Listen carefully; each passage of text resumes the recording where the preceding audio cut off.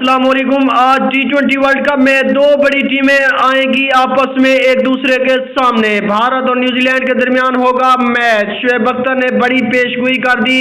جی ہاں، اس ویڈیو میں ہم آپ کو مکمل طور پر اپڈیٹ سے آگاہ کریں گے۔ اس سے پہلے کہ اگر آپ ہمارے چینل پر نئے ہیں تو ہمارے چینل کو سبسکرائب کر دیں اور ساتھ دیے گئے بیل آئیکن کو بھی پریس کر دیں تاکہ آنے والی ویڈیو آپ تک بآسانی پہنچتی رہے۔ جی ہاں، آپ کو بتاتے چلے قومی ٹیم کے سابق فاسٹ بولر شعیب اختر کا کہنا ہے کہ آج کے میچ میں نیوزی لینڈ ٹاس جیت گیا تو بھارت مشکل میں آ جائے گا۔